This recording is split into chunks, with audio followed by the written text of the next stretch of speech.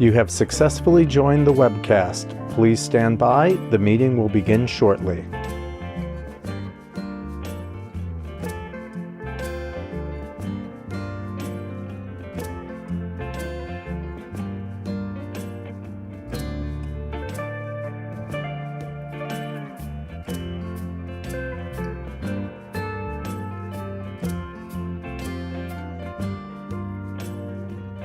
You have successfully joined the webcast. Please stand by. The meeting will begin shortly.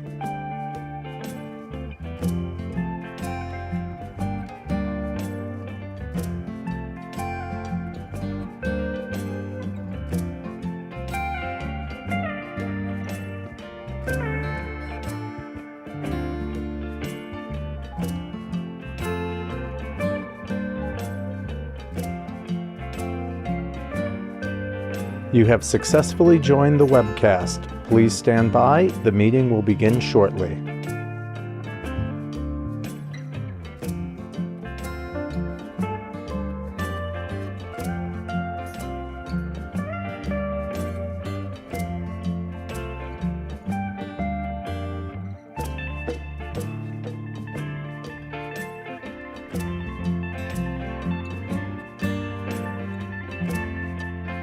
You have successfully joined the webcast. Please stand by. The meeting will begin shortly.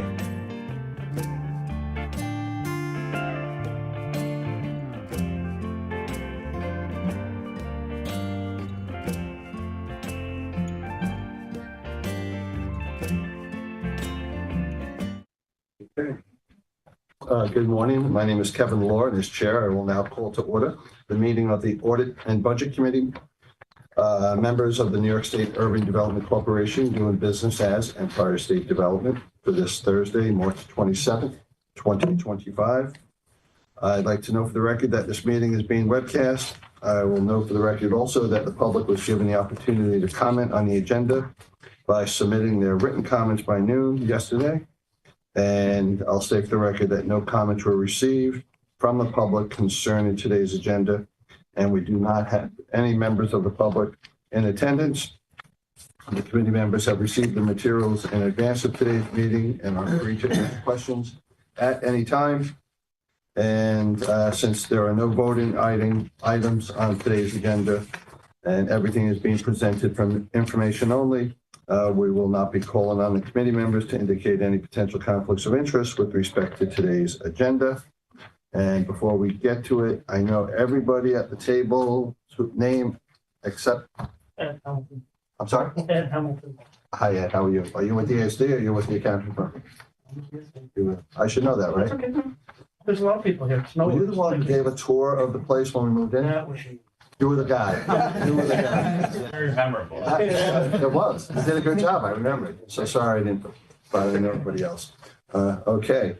So I will now ask Anthony D'Alessio, ESD's Deputy Chief Financial Officer and Controller, to lead our discussion on the first agenda item relating to the fiscal year 2025-26 proposed annual operating budget and non-programmatic capital expenses. Anthony, the floor is yours. Thank you, Chair, and good morning, Chair, good morning, Commissioner. What I'd like to do is to provide some highlights regarding our 25-26 proposed operating budget, which would include subsidiary activities, in addition to the non-programmatic capital expense budget. As you know, we are statutorily required to have our budgets approved by the ESD board and filed with the Office of the State Controller by April 1. Overall, for fiscal year 25-26, the proposed operating budget is $166.9 million, excuse me, which represents about a 16% increase, or approximately $23 million increase over last year's fiscal year 24-25, $143.6 million budget. Let me point out that approximately $36 million of the $166.9 million, or 21%, is expected to be recovered from third-party resources, federal, state, etc. The proposed operating budget reflects a combination of continued staffing, increased consultants, expenses needed to support the significant new and exciting statewide programs of our governor, as depicted in the New York State budget, and other initiatives. And ESD is really charged with administering and overseeing the subsidiary activities, which is also included in our budget being presented today, Chair.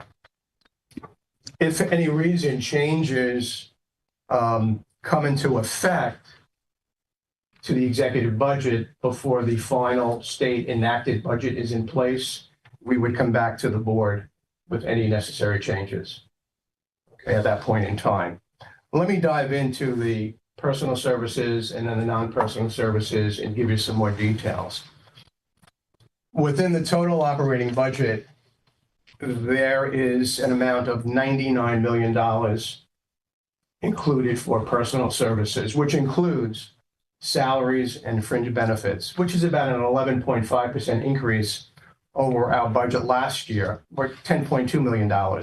Last year's fiscal year personal services budget was about $88.8 million. The reason for the increase from last year's fiscal year budget to this year's fiscal year budget, 88 to 99, we're looking at a slight increase in the fringe benefit calculation that we are using this year, going from 41 last year to 42% this year overall. In addition, in 24-25, there were corporate-wide adjustments to salaries, merit increases, parity increases, et cetera, which is reflected in the numbers. Tony, if I could just interrupt, when you say 41 to 42%, so on top of salaries, the fringes are approximately 42% of the salaries. Correct. So 142% makes up salaries and all the fringes. Yeah. Got it. Yeah. In addition, Chair, there were additional requests for additional staff for fiscal year in 25-26. Approximately 30 new positions, okay, are being included in our budget. And just to give you some details, the staff, the additional staff is a combination of various departments, for the GoSemi initiative, economic incentives, information technologies. So all in all, we're looking at about an increase of 30 headcounts that are included in the budget. Okay. On the non-personal service side, NPS, we're looking at a budget of $61.7 million, which is about a 26.7% increase, or $13 million over last year's 24-25 budget of 48.7.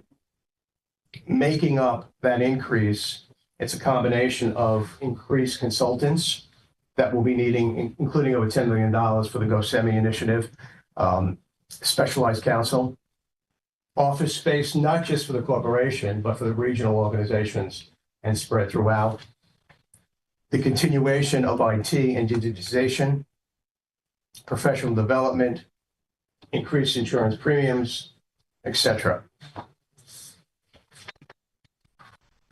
Included in the budget of $166.9 million is about $6.3 million of support for certain ESD subsidiaries. Erie Canal Public Development Corporation of $1.4 million, Harlem Community Development Corporation of $3.9 million, Queens West of $0.1 million, and US Niagara $0.9 million. On the non-programmatic capital expense authorization, Chair, we're looking at a budget of about $11 million, which is pretty much flat with last year's budget. Okay. There is a continuing cost involved with IT moving more applications and servers to the cloud to enhance our remote access and communication capabilities in a secure environment, in addition to diving into some new initiatives not limited to artificial intelligence. However, all in all, the budget is pretty much flat at $11 million. Upon recommendation of this committee, the budget will be presented to the full ESD board today.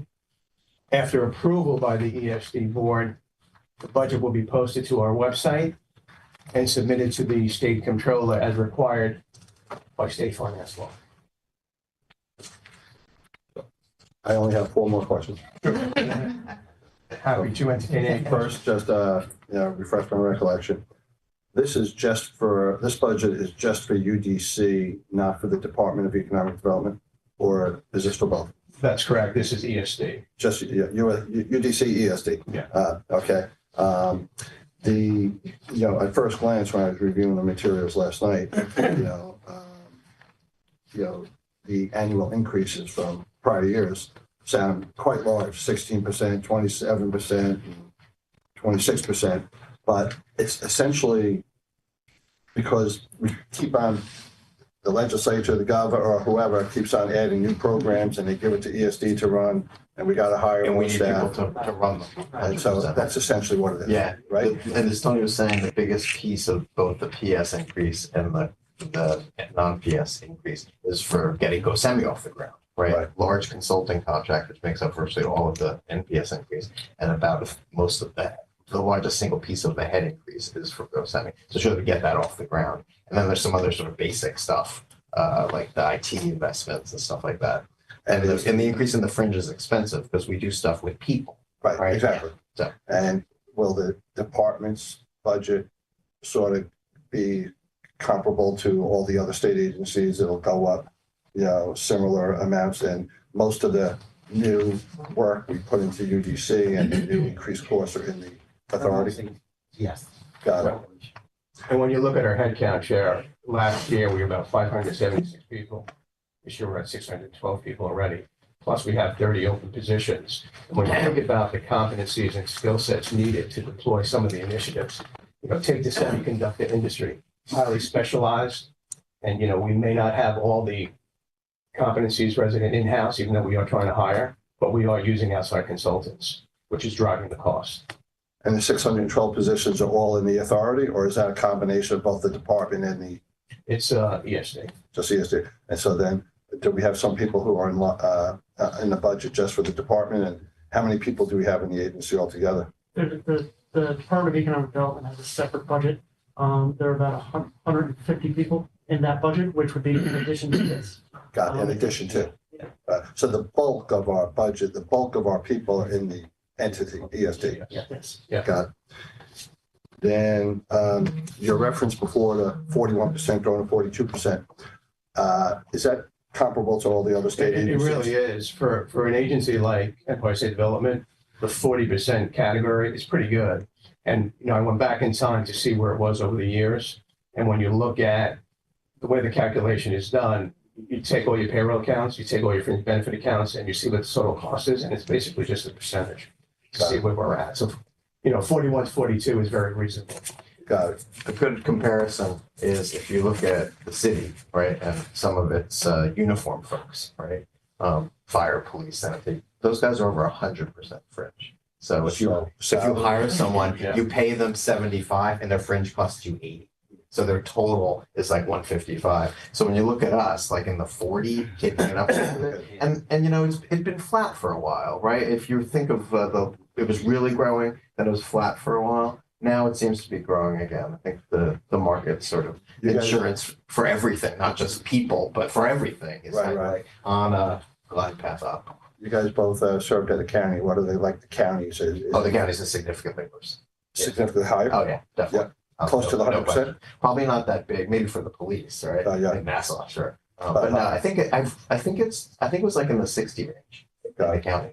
Got it. It was significant. If I can add, most Yeah, of the sure. state agencies, it's around 60. Yeah, that's a much more It's in the common. federal Oh, so we're only at So 42.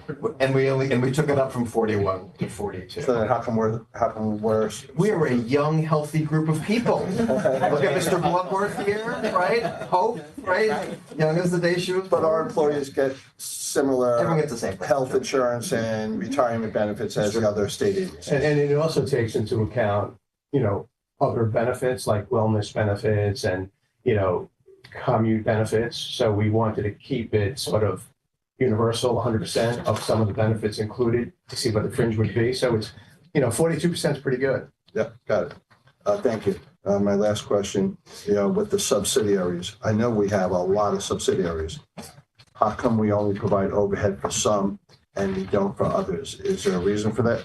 But, keep in mind, some of the subsidiaries, like LMDC, HCDC, they are 100% federally funded. Okay, so it's not anything coming out of our budget. Each individual subsidiary is its own, sort of lives in its own space, and some of them are very active, right? Right. And then some of them are, Has some. I wouldn't say paper tigers, but some of them have no overhead because we provide everything to them, right? Got it. Yeah. Right? Yeah. The financing vehicles, they don't have operations, Yes. right? We come to you with a deal from time to time, right? Those things don't have people working on them, we work on them, right? So something like HCDC has a weatherization program, right? They're a very big part of their work, and that program is not federally funded. So you don't have to provide a lot for that either. So each one is like a little quirky and a little weird, and some of them need more support and staffing, and then some of them are just kind of like stuff that we do. And the subsidiaries, just as, we have our board meetings and approvals, et cetera, each sub has their own board meeting and goes through the same process of approval of the budget materials. And some of them meet once a year to approve the budget, right? And then some of them have more ongoing activity, but generally speaking, it's like a cats and dogs. Yeah. That was it for my questions. Anybody else have any questions? No? So staff is recommending the budget? Yes. And we don't need to take a vote, we're just going to recommend this to the full board? That's correct. But at the board, we'll vote for this? Yes, I believe you have to vote to approve it at the board. Yeah. Right. Why don't we vote? We don't? I think it's advisory, but we need someone else, or someone other than the CFO to comment on why you vote on things. It's probably safer if someone else And I will leaps indicate into the void. at the board meeting today, I will indicate that this committee met prior to, and the recommendation is to present the budget to the board for vote. Okay.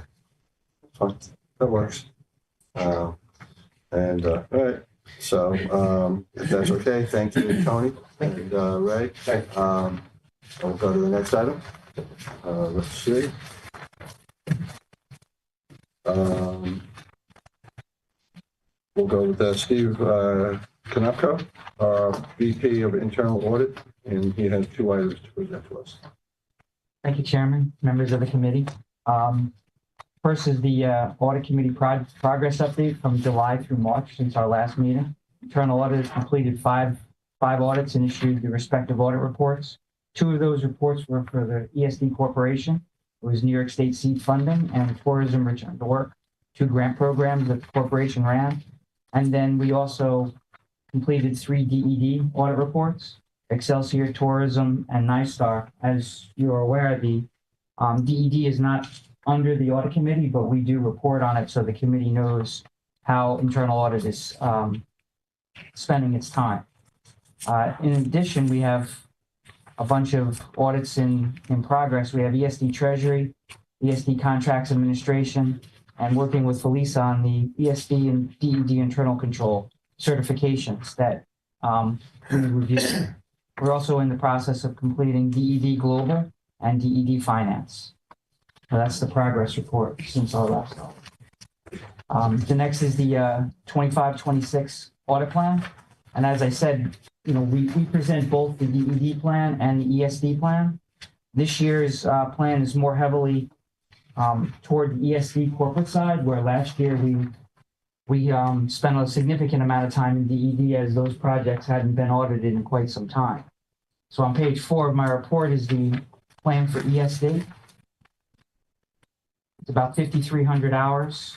We're trying to hit some of the newer programs, Office of Strategic Workforce Development, some of the SSBCI programs in small business, Connect All, and of course, loans and grants and some of the other programs. We are planning a site visit to Western New York to do 2 subsidiaries, the USA Niagara, Erie Canal Harbor, and look at the Stadium Corporation just to make sure for monitoring purposes that it's well covered. And then we'll also look at the regional office while we're out there. On page 5, we have a small amount of audits going on in Department of Economic Development. We're going to take a sample of some of the tax credit programs we haven't looked at. We're going to look at the low interest capital program, which was linked deposit. And just of note, the Division of Minority and Women Business is under audit by the OSC. So we'll leave that alone while the OSC is in there, just so the department doesn't get overwhelmed. Is that the only audit that we're aware of that Compton Napoli's office is doing? No, we used to have about 2 or 3 going on at one time. So we have one of MWBE, one of the small business COVID relief, COVID recovery program, the $800 million program, that's winding down. And they do these follow-up audits on audits that they have done. So we have one done on a high-temp audit. So those are the 3 that are going on right now with OSC. Got it. And who's the liaison with the controller's office? I am. Well, you're on top of it. Exactly. Appendix C shows the current internal audit staff. We were able to bring on a new auditor in November, Shavetta. She joined us. The plan does have time marked out. One of my audit managers, Esther, gave birth in January, so she's still on maternity leave. And so the plan reflects those hours, and we should have enough hours to complete the entire plan. As I said, the last page, or second to last page, shows ongoing work with the internal control assessment. Happy to report that we're pretty much done going through all of the internal control assessments received. And that report Felicia usually brings out in a June meeting. Yeah, well, we file with Division of Budget April 30th. Getting started to draft that response. We submitted our internal control memo to the entire agency and authority. And yeah, we did the internal control review was very successful this year. Yes, I agree. And then just the staff biography at the last page. And that's my report. Are the 2 audits summaries, are they just for information purposes or that you were sent to us before the meeting? Yeah, those are the reports. The ESD reports go out to the audit committee as they're issued. Oh, these are both ESD, these are DED programs or these are ESD programs? The reports I issued to the committee was tourism return to work and the seed. Right. You got that before. Those were ESD programs. Okay. The plan itself. So you're shows just discussing the plan with us, you're not discussing these? If you would like to know those, I can Of go course, over I have them. questions. Sure. Absolutely. I just don't remember them. I gotta go back. While you're looking, because I've been Yeah, sounding. sure. Just explain to me what the risk ratings mean. So the risk ratings are as we go through the audits, we risk rate 1 to 5 on what we feel the riskiness of the program is. A lot of times we're looking at mostly 3s, but in some of the programs, if we haven't touched them for a while or it's a new program, we'll rate them a little higher. That's why you'll see like life science, office strategic workforce development, Connect All are more 4s.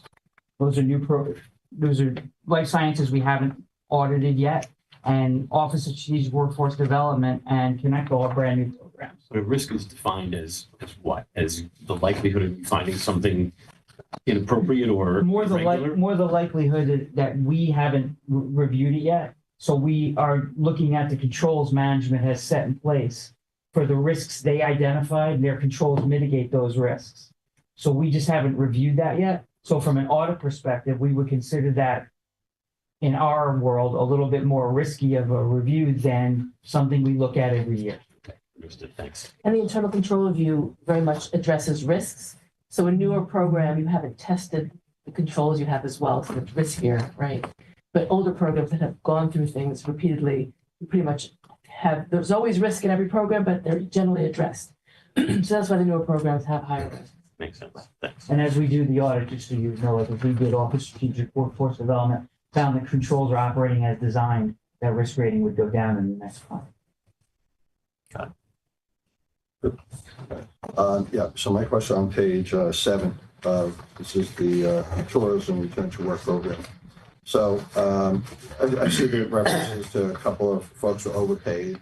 Doesn't sound like a whole lot of money. But my understanding is when you do this audit, you're just doing a sample. You're not reviewing everything under the that was financed or funded out of this program.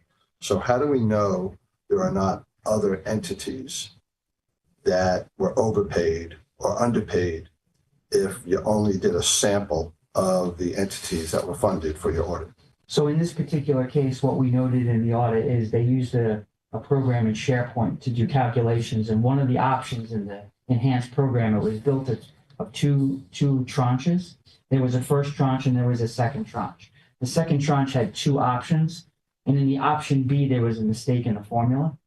It only affected a small amount of grantees because only a small amount of grantees were eligible for that option. We tested, when we fixed the formula, we tested 100%. We ran Oh, the you did formula, 100%. and these popped out: 2 overpayments and 7 underpayments Okay, for, like you said, not a lot of money. right. So, it was localized to that small tranche. So we feel comfortable that there were other companies that were overpaid that Josh has to start chasing down to. Yes, you know. we feel comfortable that the rest of the results are fine. Right.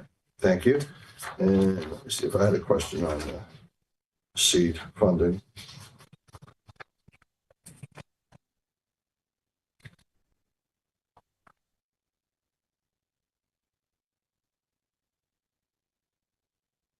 Yes, so on page 5, the internal audit finding number 1.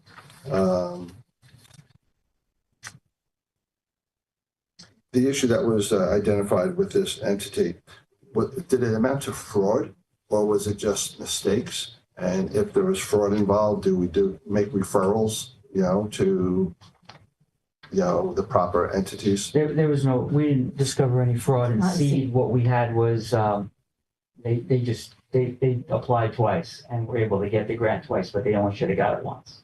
I know, but was that a mistake on their part? It appears from the documentation, we observed that it was more of a mistake. I can tell you that I've reached out to the company as a compliance officer, and they've repaid the money. Oh, they were. So yeah, we instituted a payment plan. Last check was deposited this week. All right. Really, I ask, I chair the Long Island Housing Partnership. We administered all the emergency rent control payments for the county of Nassau. I think we did it for the town of Hempstead.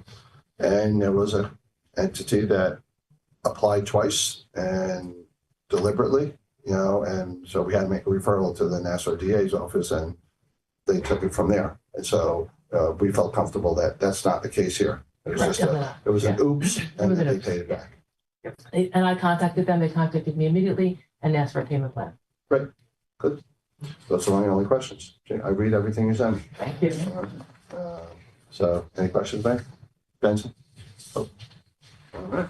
So we do not have any comments from the public on any of these items we just discussed. And nor did we have any comment from the public on the report that Anthony and Ray shared with us. So we don't need a vote on this. So I'll thank the committee members. There being no further business, Mike makes a motion to adjourn, seconded by Benson. All in favor? Aye. We're adjourned. Thank you, guys. Thank you. Thanks.